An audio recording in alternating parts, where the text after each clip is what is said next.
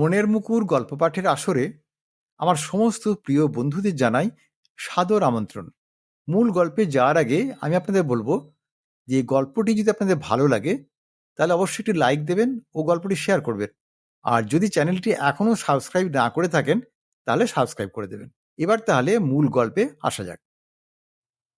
আজ আমি আপনাদের পড়ে শোনাবো শিবরাম চক্রবর্তীর লেখা একটি খুবই মজার গল্প। গল্পের নাম গোলদিঘির ভূত।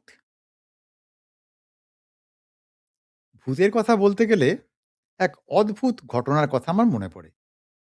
বছর কয়েক আগের কথা।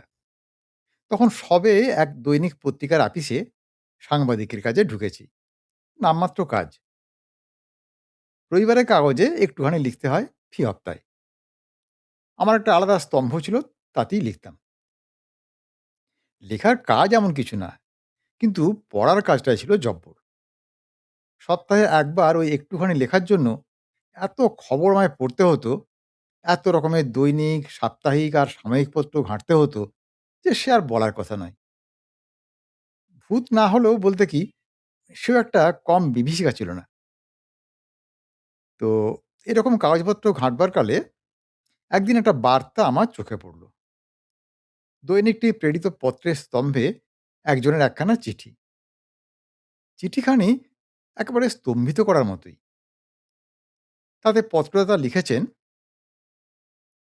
সম্পাদক মশাই, আমরা গোলদিঘি এলাকার বাসিন্দা। কিছুদিন থেকে ভূতের উপদ্রবে বড়ই উৎপীড়িত হচ্ছি।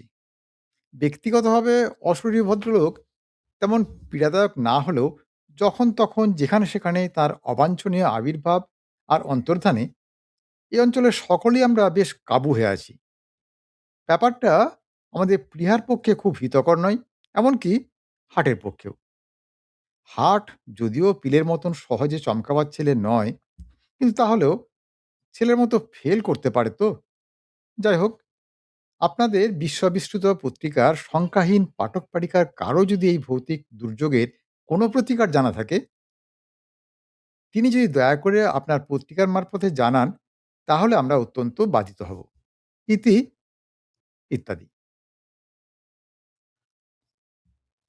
কলকাতার বুকের উপর ভূত, একটু অভূতপূর্ব বই কি। এই যুগে এ কি কখনো সম্ভব হতে পারে? কি ভাবছেন মশাই এমন করে গালে হাত দিয়ে? আর একজনের কথায় আমার চমকটা ভাঙল। এই কার্যালয়ের এক সহযোগী, আমার মতোই আরেকজনা। এই ভূতত্ত্ব, আমি বললাম। ভূতত্ত্ব নিয়েই ভাবছিলাম। ও, ভূতত্ত্ব? আজকের ভূমিকম্পের কথা বলছেন? জাপানের সমুদ্র কিনারে ৩টি শহর একবারে ধসে গেছে জানেন? কত ঘরবাড়ি গেছে, মরেছে যে কত হাজার, তার কোনো ইয়ত্তাই নেই। ও, সেই দুর্ঘটনার কথাই ভাবছেন আপনি? বাস্তবিক এই ভূমিকম্পগুলো কেন যে হয়, তার রহস্য আবিষ্কার করা।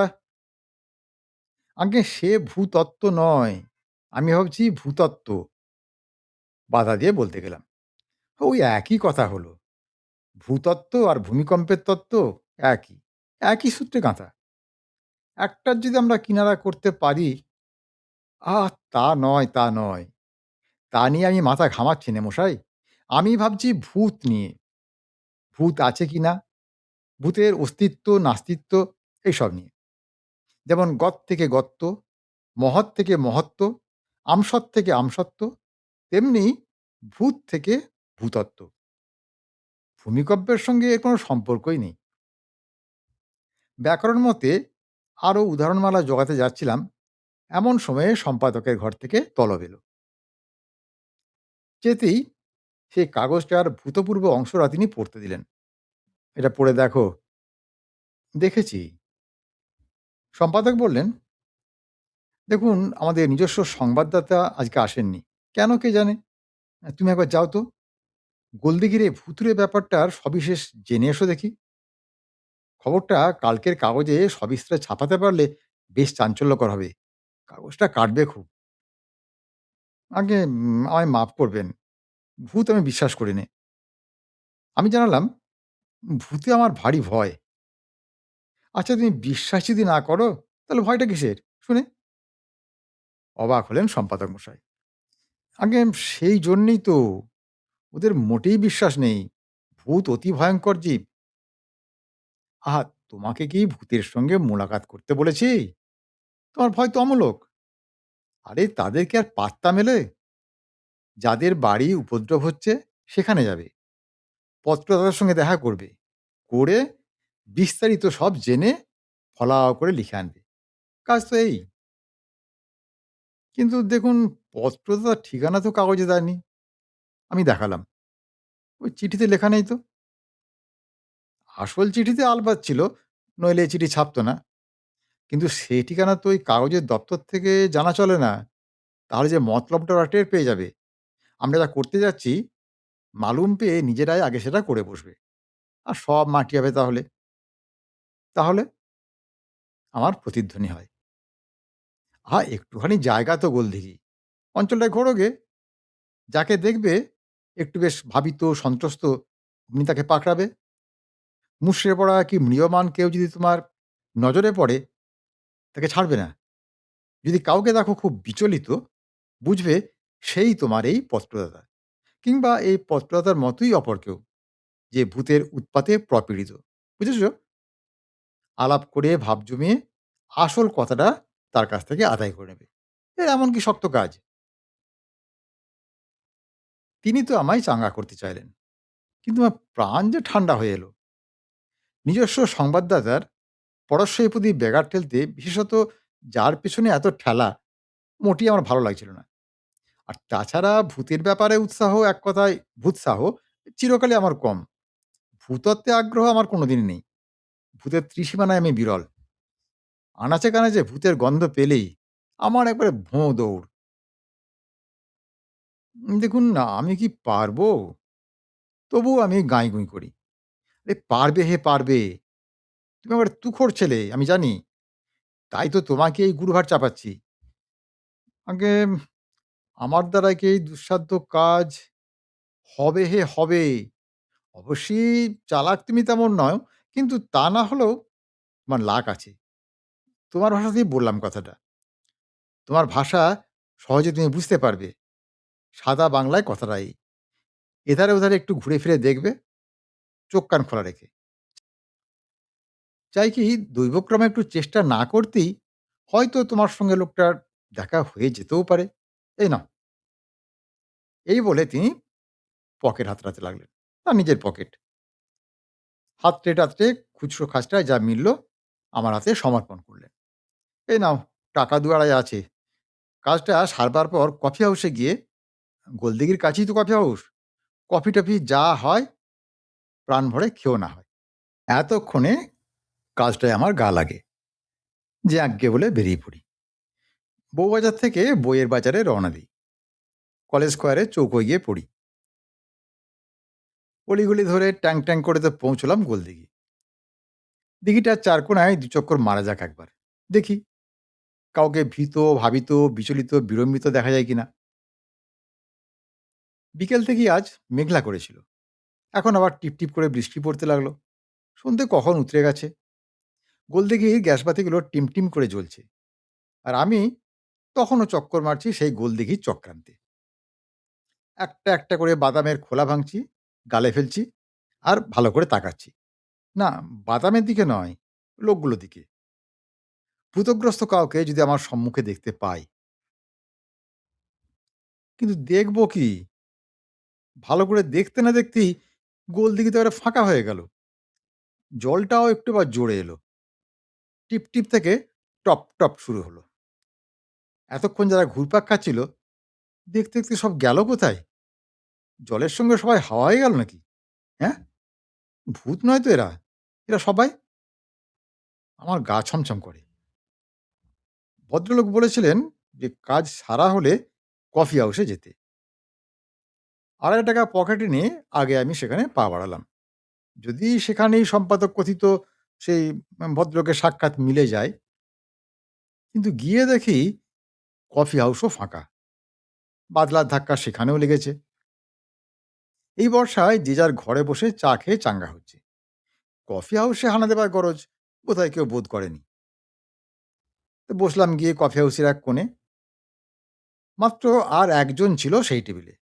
হাফ শার্ট গায়ে, আধা বয়সী ভদ্রলোক।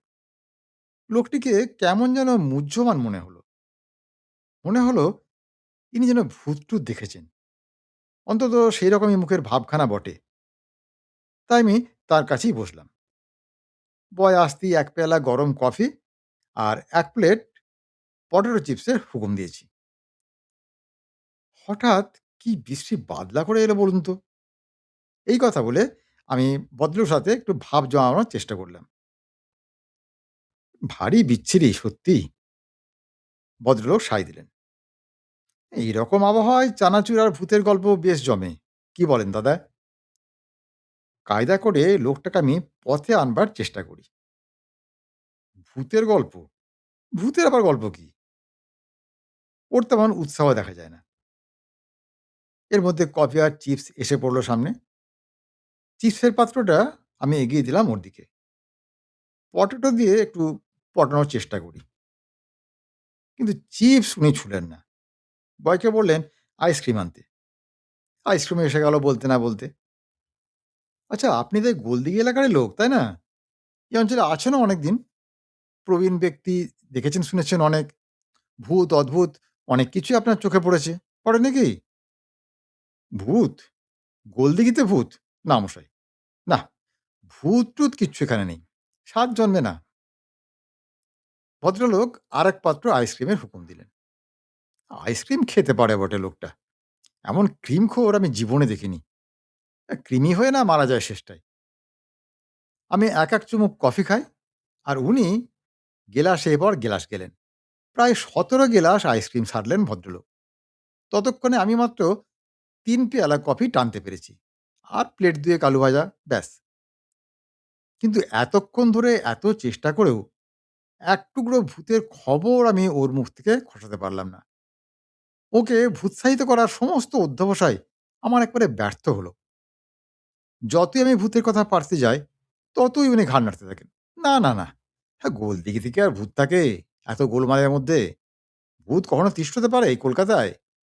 ভূত-টুত যা ছিল এখানে সব ইহলোক প্রাপ্ত হয়েছে। মরে সবাই মানুষ হয়ে গেছে। মানুষ কিংবা জানোয়ার, বিলকুল। কবে?" ১৭ গেলাস আইসক্রিম সাবাড় হলো। কিন্তু ভূ শব্দটি ওর মুখ থেকে আর বার করা গেল না। অগত্যা উঠতে হলো আমায়। কফি হাউসে মায়া কাটাতে হলো অবশেষে। কাফের দরজা বন্ধ হবার সময় হয়েছিল। উঠে আমি কাউন্টারে দাম দিতে গেলাম। কিন্তু বিল দেখে তো আমার চক্ষু চড়ক গাছ। ৳১৫ বিল! আচ্ছা, আমার ৳১৫ বিল কেন? আমি তো মোটে ৩ পেয়ালা কফি আর ২ প্লেট চিপস খেয়েছি। আর তার জন্য ৳১৫? প্রবল কণ্ঠে আমার প্রতিবাদ ওঠে। ও, আর ওই ১৭ গ্লাস আইসক্রিম? সেটা তাহলে কে খেলো? কফি হাউসের কর্মকর্তা আমাকে শুধান। কেন, সে তো আরেকজন। আমি জানাই, "ও, আমরা কি কানা? ঘাস বেচতে বসেছি? চালাকি পেয়েছেন আপনি? আপনার টেবিলে আপনি ছাড়া দ্বিতীয় কোনো লোক ছিল না? কেন, ওই ভদ্রলোক?" আঙুল দিয়ে দেখাতে গিয়ে দেখলাম উনি নেই। উনি কখন উঠে গেছেন। কিন্তু এর মধ্যে সরে পড়লেন কি করে? গেলেন কোথায়? ব্যাপারটা আমার বেশ ভালো ঠেকল না। আমি বললাম, দেখুন মশাই, এইসব রসিকতা আমার ভালো লাগে না। পকেটের সম্বল আমার মোট ৳২৫০ আর সেই আন্দাজে আমি খেয়েছি। ৳১৫ আমি এখন পাবো কোথায়? আমাকে বাঁধা রাখলে অত টাকা মিলবে না। ওই জরিমানা দিয়ে আমায় খালাস করতেও কেউ আসবে না। তাহলে তো পুলিশ ডাকতে হয়। বেওয়ারিশ মাল থানায় জমা দেওয়াই তো দস্তুর। ইঙ্গিতের অপেক্ষায় ছিল কেবল। তার কথা খুঁজতে না খুঁজতেই বেয়াড়া কোত্থেকে একটা পাহাড়ওয়ালাকে এনে খাড়া করেছে। যদ্দূর বেয়াড়া হতে হয়। ব্যাপারটা আমি আরো পরিষ্কার করে তাকে আমি বোঝাতে যাচ্ছি। কিন্তু পাহাড়ওয়ালাটা আমায় বাধা দিল। বলল, "চলিয়ে থানা মে।" "থানা মে? থানা में কেন যাবো? क्या किया? कॉफ़ी खाया, उसको दाम दे दिया, चूक गया। फिर थाना का है?" কিন্তু কে আর শোনে কার কথা? পাহাড়ওয়ালাটা আমার ঘাড় পাকড়ালো। আমায় টেনে চলল থানায়। এমন সময়ে দেখি সেই ভদ্রলোক এগিয়ে আসছেন মাল খোঁচা মেরে। আমাকে সাহায্য করতেই এতক্ষণে? কিন্তু হায়! আমাকে না, ওই পাহাড়ওয়ালা কি? পাহাড়ওয়ালাটা আমার গলদেশ ধরেছিল। তিনি এসে আমার তলদেশ ধরলেন। আর দুজনে মিলে চ্যাংদোলা করে সিঁড়ি দিয়ে নামাতে লাগলেন আমায়। "আর तुम लोग क्या करता बोलो तो? हमको পা छोड़ दो ना। थाना में क्या हमें নিজে হেঁটে যেতে জানি নে?" আমি আপত্তির সুর তুলি। রাষ্ট্রভাষা বাংলা ভাষায় জগা খিচুড়ি বানিয়ে একবারে একাকার করে ফেলি। "तुम्हारा गोड़ पकड़ा कौन हो? हम तो तुम्हारा गर्दन लिया। दूसरा तो कोई यहाँ नहीं बा।" পাহাড়ওয়ালার আওয়াজ আমার কানে লাগে। তাহলে যিনি আমাকে এভাবে অপদস্থ করছেন, আমার গোড় পাকড়েছেন যিনি, তিনি তিনি তিনিই কি তাহলে খোদ সেই গোরস্থানের? হায় খোদা! আমি আর ভাবতে পারি না। ততক্ষণে আমি মূর্ছিত হয়ে পড়েছি। আজকের গল্প তাহলে এখানেই শেষ করছি। গল্পটি কেমন লাগলো তা কমেন্ট করে জানাবেন। আর যদি ভালো লাগে তাহলে একটা লাইক দেবেন ও গল্পটি শেয়ার করবেন। আর যদি মনের মুকুর চ্যানেলটি এখনও সাবস্ক্রাইব না করে থাকেন তাহলে এখনই সাবস্ক্রাইব করে দিন। আজ তাহলে আসি বন্ধু, খুব শিগগিরই আবার হাজির হব এরকম একটি সুন্দর গল্পের ভিডিও নিয়ে। ততক্ষণ সবাই খুব ভালো থাকুন, সুস্থ থাকুন, আনন্দে থাকুন। নমস্কার।